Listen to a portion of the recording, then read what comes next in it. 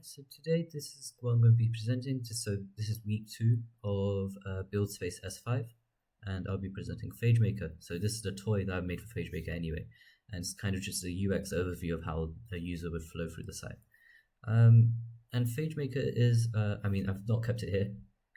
Perhaps I should have into the about section, but essentially what it's doing is it's kind of making it easier for researchers to work with bacteriophages as a whole.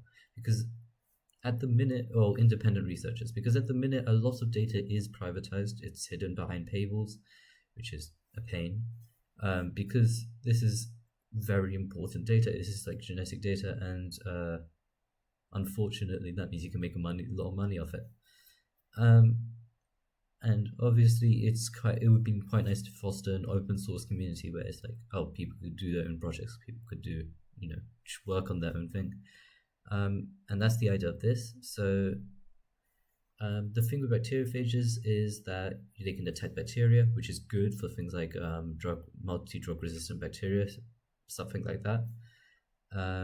And yeah, that's basically why you would use bacteriophages. The disadvantage in this case, in the standard case, is that they're incredibly specific. They can only attack specific strains of bacteria.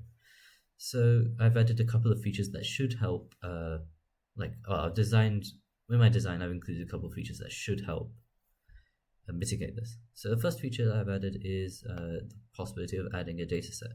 So this is just adding pairs of bacteria and bacteriophage that match together. And the benefit of this really is so that, okay, let's say you are perhaps researching a particular strain. You can search up, because this is data that will be uploaded to a publicly viewable data set. That means you can now other researchers would be, or like other doctors, other professionals would be able to look at this site or look at this data set and go like, okay, so I'm working with this strain. If I search it up, what do I get? Or what bacteriophages do I get? And the way they would search it up is using search phages functionality. But they could search it up and then get a list of phages that could work for that particular use case, which is great because it simplifies the process significantly rather than having to reinvent the wheel, kind of. I guess this is just, I'm kind of just going over the benefits of open source in general. But yeah, so you're just giving the users the option to add dataset, search through said dataset, and the third feature I've added is the forum. This way users can request, okay, maybe they're looking at a particular bacterial strain, they're unsure what other types of bacterial strains might be the most similar to it. They can ask questions about that, perhaps they can ask questions about particular projects they're trying to implement, things like that, and it's kind of fostering a community spirit kind of thing. I think it's quite cool. Especially when we're working on like highly technical projects, I think it's good to have like an isolated community where it's like, yeah, all these people know what they're doing. They're all interested in similar things, so they'll be able to help a lot. The last feature that's going to be, okay, and then, there's a couple of things that I've just mocked up here. I will just show off a little bit.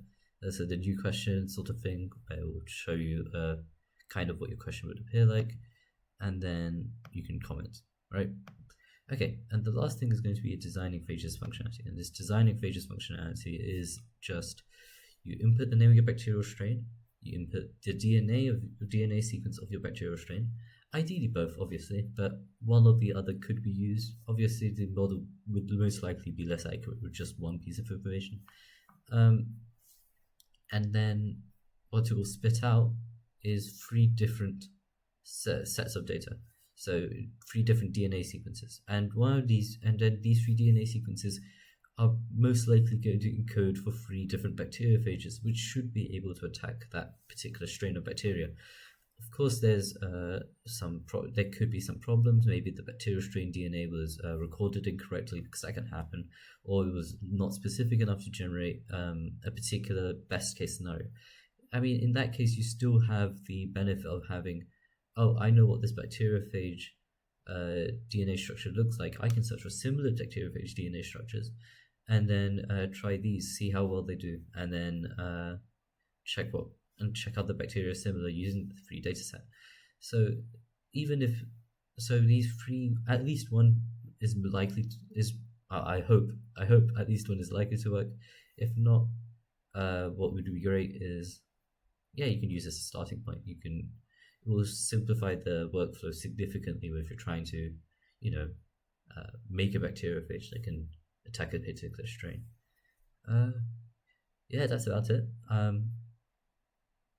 Yeah, let me know if it's like, if this interests you, or if you think there's any features that should be added to this. Just below in comments, I guess. Uh, Thanks for watching.